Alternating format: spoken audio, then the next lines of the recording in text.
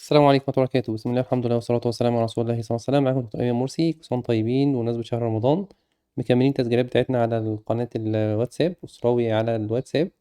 لو ناس مش لاقية مكان على أول جروبين بفضل اتمنوا في رابط عملناه للجروب التالت، وفي نفس الوقت برضه الفويسات احنا بنرفعها على التليجرام، وقريبا برضه نحاول نجمعها على اليوتيوب.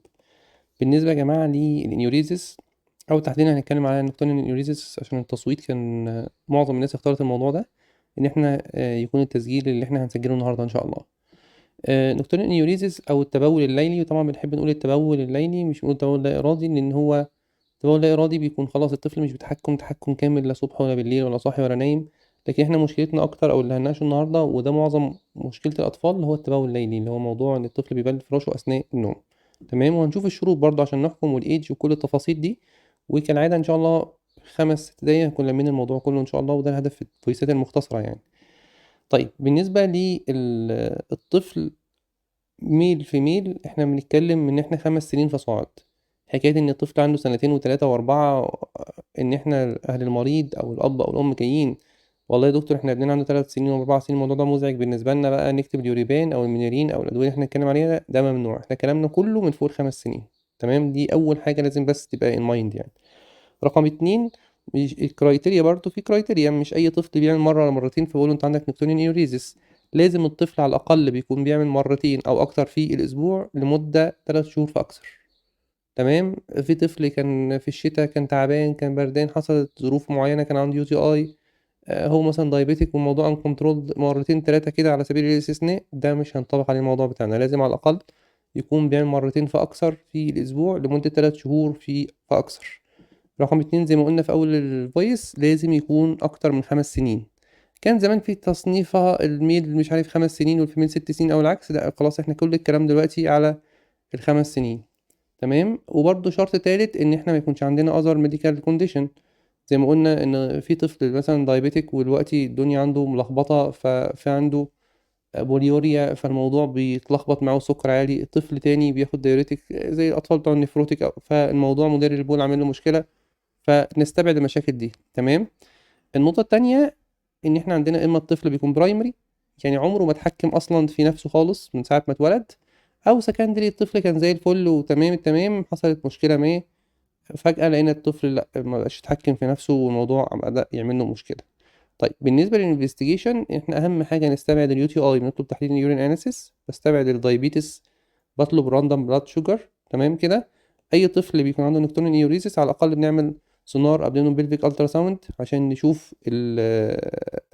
الكدني، بنشوف اليوريتر، بنشوف المثانه، بحيث ايه نبقى احنا عارفين ان مفيش اي اناتوميكال بروبلم، وان كان اناتوميكال بروبلم احنا مش هنقدر نستبعدها بنسبه 100% عن طريق بس السونار. ساعات العيان بيتحول مسالك بوليه زي ما نشوف لما مش هيستجيب معانا، بحيث بيعمل حاجه اسمها voiding سيستو يوروثروجرافي، ده مش موجود حتى في كل مراكز الأشعة، ده غالبا بيبقى موجود في مستشفى الجامعة في قسم المسالك البولية، فالشاهد برضو ده بقى السبيشاليست هو اللي بيطلبه مش قصتنا احنا. طيب احنا قصتنا النهاردة هي حاجتين، الهيلثي education وموضوع الميديكيشن احنا هنكتبها. رقم واحد، الطفل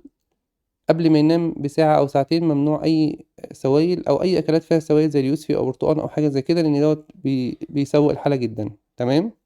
وطبعا مش هنعذب الطفل، يعني مش الطفل بقى يقعد يعيط وعطشان واحنا نقعد نعذب فيه، بس انا اتكلم على قدر الامكان. تمام،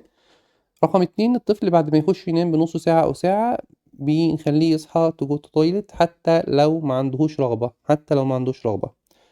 رقم تلاتة، ممنوع السخرية، ممنوع الضرب، ممنوع العقاب، ممنوع التوبيخ في حالة ان الطفل بلل فراشه، لان ده بيسوء الحالة جدا، وان الطفل ده فعلا ده مريض، فالطفل بيتعامل معاه ان هو مريض فضلا ان هو اصلا طفل يعني، وهو مريض في نفس الوقت فإذا موضوع العقوبات والتوبيخ والسخرية ونادي اخواته والحق اخوكوا والكلام ده، ده بيسوء الحالة جدا جدا، بيجيب نتيجة عكسية. المطلوب هو العكس، هو اليوم اللي الطفل بيصحى فيه مش بيبلل فراشه، في مكافأة، في هدية، في حاجة حلوة الطفل نفسه فيها أعملها له، أكافئ الطفل دوت وأشجعه وأحضنه وأنا مبسوط منك أنت النهاردة مية مية، يا ريت بقى نكمل على كده. فأديله بقى كل طفل احنا عارفين ايه المدخل بتاعه الحاجة اللي بيحبها. تمام كده، الحاجة برضه الإضافية إن الطفل لازم يشارك المسؤولية، أنا مش هاضربه ومش هازعّق له ولا هاعمل حاجة، ولكن يالّا بقى بسرعة نلِم موضوع إيه، تعالَ نلِم مش عارف إيه المراية، تعالَ نغيّر المخدات، تعالَ مش عارف القصص الأمهات عارفينها دي كلّها، عشان الطفل مع الوقت ما يستسهلش ويطنّش ويكبّر دماغه، ساعات خلاص بقى أنا تعبان فيسيب نَفْسه خصوصًا لو بردان وفي الشتا والكلام ده، لأ، الطفل هيتحمّل المسؤولية معانا وهيشارك في آآ المشكلة اللي هو كان سبب فيها، مش بنقول إن هو سبّبها يعني متعمِّد، بس لازم يشارك لإن دوّة جزء رئيسي من العلاج. وبرضه نقطة مهمة طبعًا إن أنا باشوف في مشكلة الأب والأم منفصلين، مشكلة نفسية يعني لو في مشكلة نفسية عند الطفل في قسوة في التعامل، في ضرب مُبرِح زي ما بيحصل مع بعض الأبهات أو الأمهات غير الأسوياء، في تمييز بين الأولاد، لازم أدوّر برضه لو في مشكلة نفسية، تمام؟ طيب بالنسبة للmedication عشان ما أطوّلش عليكم هاعمله voice تاني.